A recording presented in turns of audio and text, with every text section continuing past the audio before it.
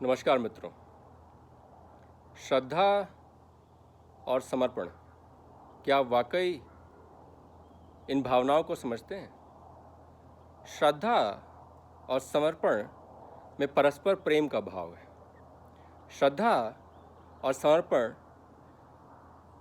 मन में उठने वाले प्रश्नों की कद्र नहीं करता, इंद्रियों को होने वाले कष्टों की फिक्र नहीं करता। एक बार जब संकल्प श्रद्धा में परिणत हो जाए तो स्वतः वो समर्पण का रूप ले लेता है। और जब तक संकल्प से भी नीचे के तत्व में रहते हैं, इच्छा और द्वेष का जो तत्व है, जो मन का प्लेन है, जिसमें तरह तरह की भावनाएं उठती हैं, गुणों के गुणेशु के मिलने से, इंद्रियों के इंद्रियार्थेशु के मिलन होने से, वो आपको बाह्य स्पर्श कराते हैं, अंतःकरण का अनुभव नहीं करा सकता है। तो इसीलिए कृष्ण कहते हैं, बाह्य स्पर्शेष सक्त आत्मा विंदती आत्मनि यत् सुखम सह ब्रह्म योगिक आत्मा सुखम अक्षयम अक्षुते। जो बाह्य के स्पर्श इंद्रियां जो हैं, श्रोत्रम चक्षु स्पर्शनम रसनम घ्राणमेव च, जो 5 इंद्रियां हमारी हैं, आँखें, नाक, जीव, कान और चमड़ी, इससे जो अनुभव उपस्थित होता है वो इंद्रियार्थेशु के माध्यम से होता है। वही महाभूत का रूप ले लेता है।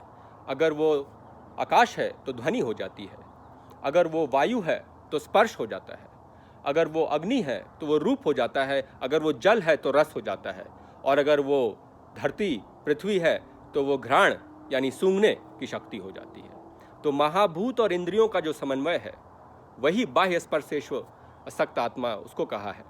तो जो आसक्त से असक्त हो जाए, आसक्ति जो है अटैचमेंट जिसको कहा, उसको हटाकर अगर अंदर खोजने लगा तो बाह्य स्पर्श को उसने तोड़ दिया, आसक्त नहीं रहा, तो विंदती आत्मनि यत् सुखम सह ब्रह्म योगिक आत्मा सुखम अक्षयम अश्नुते।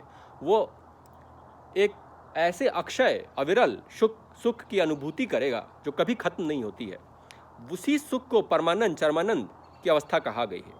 लेकिन वो सुख में पहुंचने के पहले जरूरी है कि काम का नाश हो, और काम बाह्य स्पर्शेश्वर से आता है। जो आपके महाभूत का एक्सपीरियंस जो आप करते हैं उसके द्वारा आता है, और ये जो एक्सपीरियंस है ये प्रत्याहार विनाश करता है। इसीलिए मैंने पंच प्रत्याहार के तरीके जो बताए हैं आपको अनेक वीडियोज़ में, उसका कारण है कि वो इंद्रियार्थेशु से जो मिलता है, गुण सत्व रजस तमस जो अपनी माया रूपी चक्र चलाता है, उसको तोड़ देता है, उसका विध्वंस कर देता है। तब आपको बाहर की चीज़ों से स्पर्श करने की इच्छा नहीं रह जाती है। तब आपको कोई ऐसी तलब, आपको फिक्र करने वाली कोई चीज़ नहीं रह जाती है जो आपको आपके टारगेट से दूर कर सकता है, जो है ब्रह्म, जो है शिवचित। तो इसीलिए मित्रों, जब आप ध्यान करते हैं तो आप आंखें बंद कर लेते हैं। क्यों आंखें बंद करके ध्यान करते हो? कुंभक में भी क्यों बोलते हैं कि मारुत जो हवा है, वायु है, उस पर ध्यान दो? तो मारुते मध्य संचारे मन स्थैर्य प्रजायते यो अवस्था सुस्थिर भाव स अवस्था मनोन्मनी। तो मारुत को मध्य संचार में लाओ। ईड़ा और पिंगला के जो गेम्स चल रहे हैं, पिंगला में जो नार्सिसिज्म है, ईड़ा में जो एंग्जाइटी है, वरी है, ये सारी चीज़ों का विनाश हो जाएगा। समन्वय जब हो जाएगा, ओवर कॉन्फिडेंस नहीं रहेगा और लो सेल्फ एस्टीम नहीं रहेगा, जो पिंगला और ईड़ा के माध्यम से आ सकता है इम्बैलेंस के कारण, वो मिलकर मारुत सुषुम्ना विदन भित्वा सुखाद विष्टु मारुता, वो भावनाओं को उठाता हुआ चक्र ऊपर उठता चला जाता है। लेकिन वो बाह्य स्पर्शेश्वर, बाह्य स्पर्श जो होते हैं, कैसे स्पर्श है? वो 2 तरह के स्पर्श हैं। माया का गेम है, एक नफरत और एक मोहब्बत। तो ये इच्छा द्वेष समुत्थेन द्वंद मोहिन भारता सर्वभूतानि सम्मोहन सर्गे यान्ति परंतपा। किसी को इच्छा दे रही है, किसी को द्वेष दे रही है, लेकिन स्पर्श होने पर ही दे रही है। इंद्रिया का इंद्रियार्थेशु से, सेंसेस का महाभूत से मिलन होना अति आवश्यक है, ताकि माया का गेम चलता रहे। जब आपने उसको ध्यान में आंखें बंद करके काट दिया, कुंभक में सांस लेकर उस पर ध्यान दे रहे हैं, तो आप महाभूत का चक्र तोड़ देते हैं और तब आपको शांति मिलती है। और इसीलिए मित्रों, ये भी कहा है, ईश्वरा सर्वभूतानाम हृदयेषु अर्जुन तिष्ठति ब्राह्मण्य सर्वभूतानि यंत्रुडानि माया। 1861 श्लोक। तमेव शरणम गच्छ सर्वभावेन भारत तत्प्रसादात् परम शांति स्थानम प्राप्ति शाश्वतम। इसीलिए मेरी शरण में आ जाओ और मेरे प्रसाद यानी मेरे ग्रेस को प्राप्त करने से तुम्हें शांति मिल जाएगी। लेकिन ईश्वरा सर्वभूतानां हृदयेषु अर्जुन तिष्ठति, मैं तेरे हृदय में बैठा हूँ। ये बृहदारण्य उपनिषद में भी कहा है, भिद्यते हृदय ग्रंथि छिन्दन्ते सर्व संशया क्षीयन्ति चास्य कर्माणि तस्मिन् दृष्टे परावरे। जब तुम्हारे हृदय ग्रंथि टूट जाएंगे, ग्रंथियाँ क्या है? ऑब्स्ट्रक्शन है।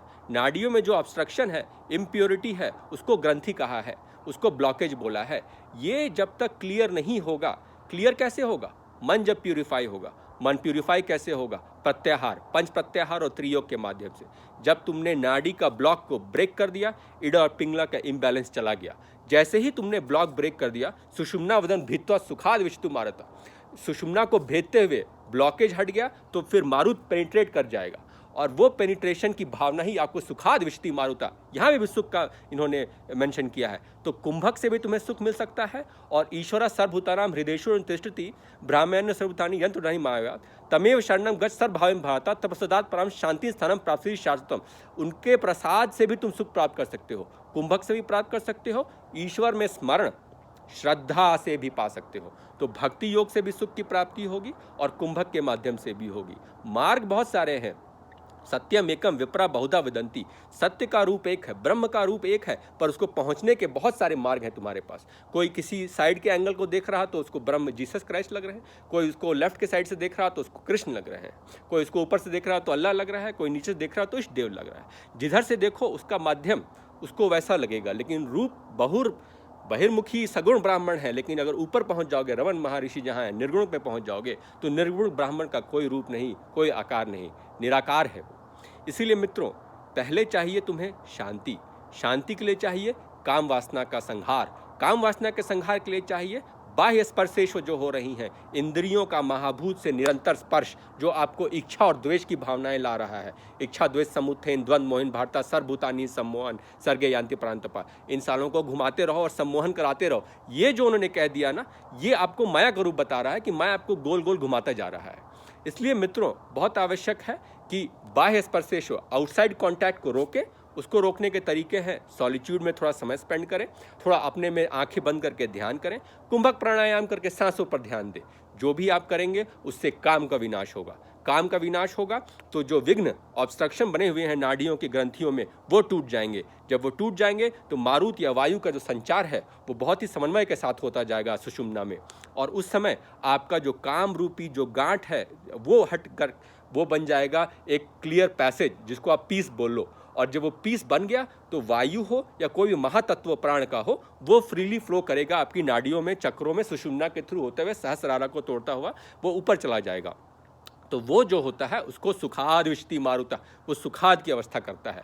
काम का विनाश करोगे, पीसफुल हो जाओगे। जब आप बहुत शांति या पीसफुल के स्टेट में बहुत देर रह लोगे, तब आपको फिर वो ब्लिस का अनुभव होगा। ब्लिस का अनुभव करना बहुत कठिन है, क्योंकि अक्सर आपको जो प्रेया है, कठोपनिषद में जो कहा है short term gratification through dopamine surge, वो आपको खींच लेगा अपने तरफ। तो उसको जब आप गिव अप कर देंगे बाय ब्रेकिंग द इंद्रिया विथ इंद्रियार्थेषु गुणा विथ गुणेशु, तब आपको जाके पीस मिलेगी। पीस के बाद आपको वो आएगा। स्टेज में स्लो प्रोग्रेशन है, कभी भी हार नहीं माननी है, कभी भी अपने पे नाराज नहीं होना है। भगवान का नाम लीजिए, त्रियोग का मार्ग कीजिए, भक्ति, ध्यान और कर्मयोग, या फिर पंच प्रत्याहार का मार्ग कीजिए, स्पेशली कुंभक प्राणायाम।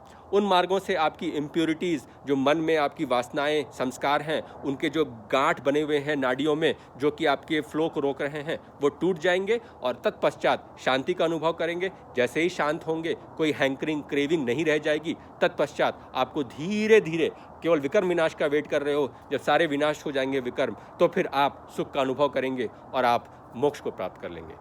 जय श्री राम।